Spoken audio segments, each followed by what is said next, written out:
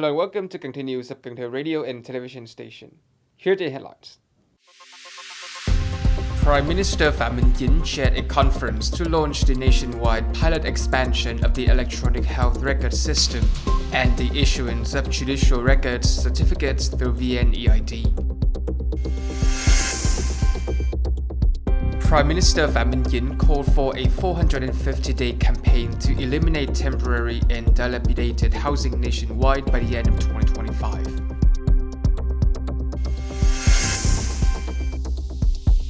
The first national workshop on soil and fertilizer for 2024, focusing on rice soil fertility and fertilizer efficiency in the Mekong Delta. Top news today. On the afternoon of October 2nd, the government conducted a conference to initiate the nationwide pilot expansion of the electronic health record system and the issuance of judicial record certificates through VNeID. Prime Minister Phạm Minh Chính presided over the event. All 63 provinces and cities are integrating their administrative procedure resolution systems with the Ministry of Justice Criminal Record Management Software and the VNeID application. Of these, 27 have completed testing, and 4 have passed safety, security, and confidentiality checks by the Ministry of Public Security. The Ministry of Health has created over 32 million electronic health book records, with over 14 million integrated into VNeID.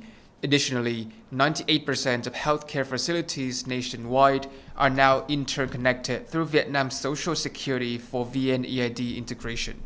Regarding the issuance of judicial records, some participants emphasized the need for innovation and diversification in how laws concerning judicial records are disseminated and communicated. This would ensure a targeted approach that aligns with the need of various groups and regions.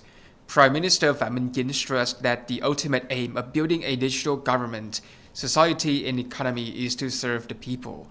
He called for a proactive approach, focusing on overcoming obstacles and addressing challenges to expand these two pilot utilities nationwide successfully. This expansion is expected to contribute to developing a digital government, society, and economy, to have the digital economy account for 30% of the nation economy by 2030.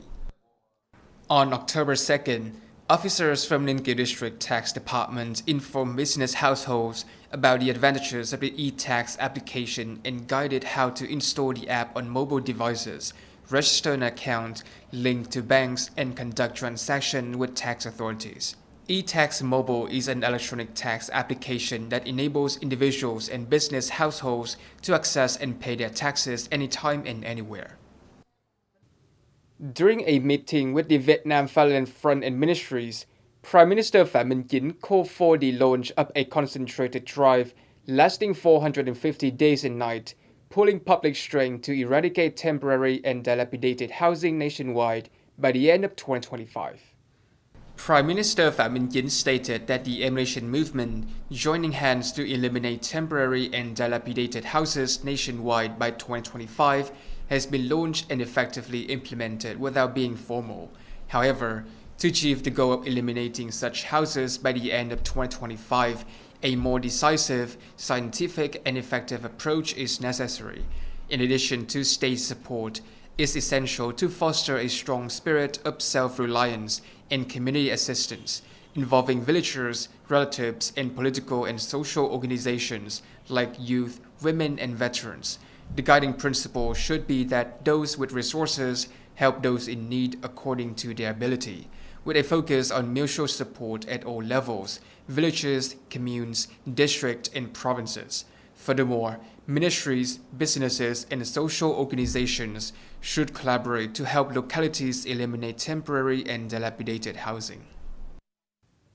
On the afternoon of October 2nd, Mr. Phạm Văn Hiễu, Standing Vice Secretary of the City Party Committee and Chairman of the City People's Council, presided over a meeting to review and draft institutional documents related to the 2024 Land Law, 2023 Housing Law, Real Estate Business Law, Credit Institutional Law, and other guiding documents. The City People's Committee report indicates that work is underway to develop institutional documents for regulations under the 2024 Land Law, 2023 housing law, real estate business law, and 2024 credit institutions law. Relevant units are prioritizing resources to ensure progress on 61 items, equating to 34 documents, including 4 resolutions from the City People's Council and 30 decisions from the City People's Committee. Mr. Phạm Văn Hiểu urged adherence to government directives and called on specialized departments to review upcoming laws for 2024 and advise on legal document institutionalization. He emphasized the need for law dissemination and education to ensure public understanding and compliance, protecting citizens' rights. On the morning of October 3rd, Cần Thơ Import-Export Management Department held a meeting to review management activities and the issuance of preferential tax certificates of origin for traders in the western provinces. In August 2024, 1,745 certificates of origin were issued, a 19.19% increase of 281 compared to August 2023.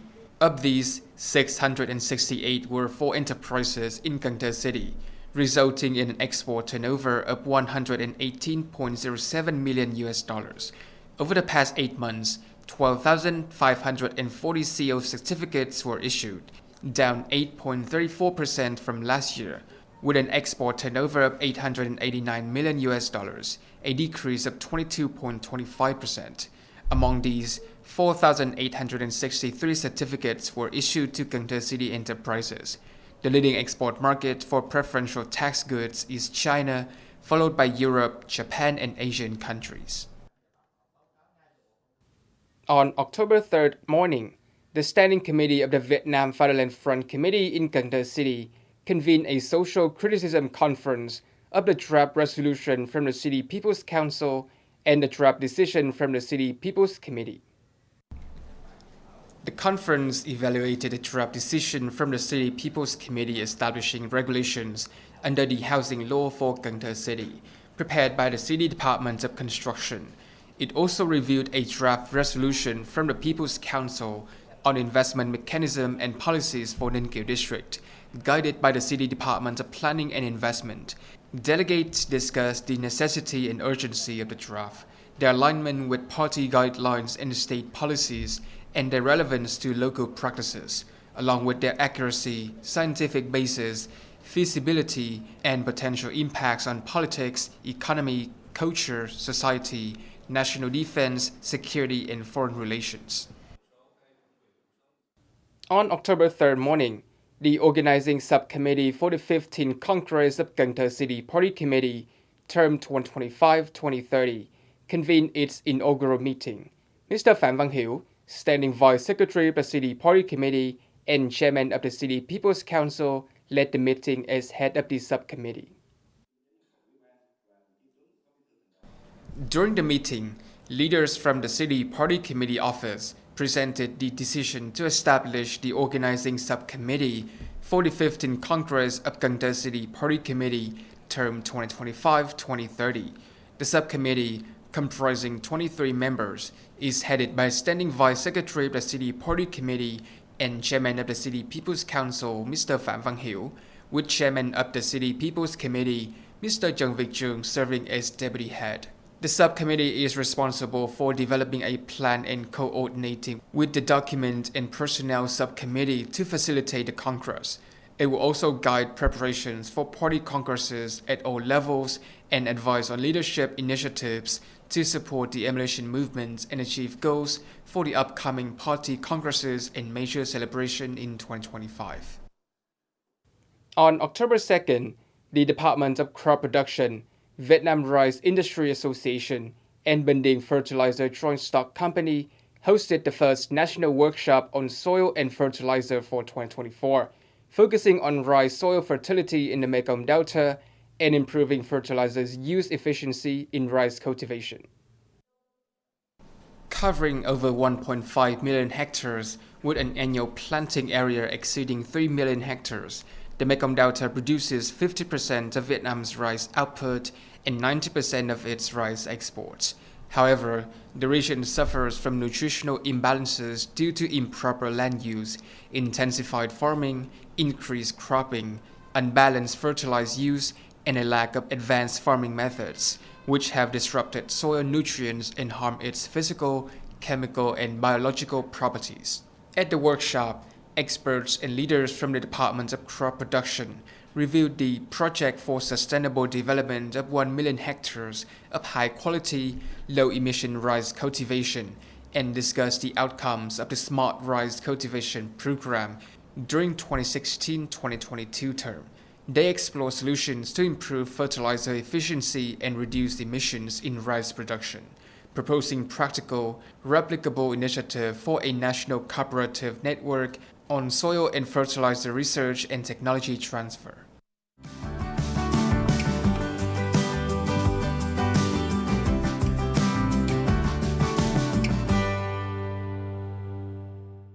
Coming up next is the weather forecast.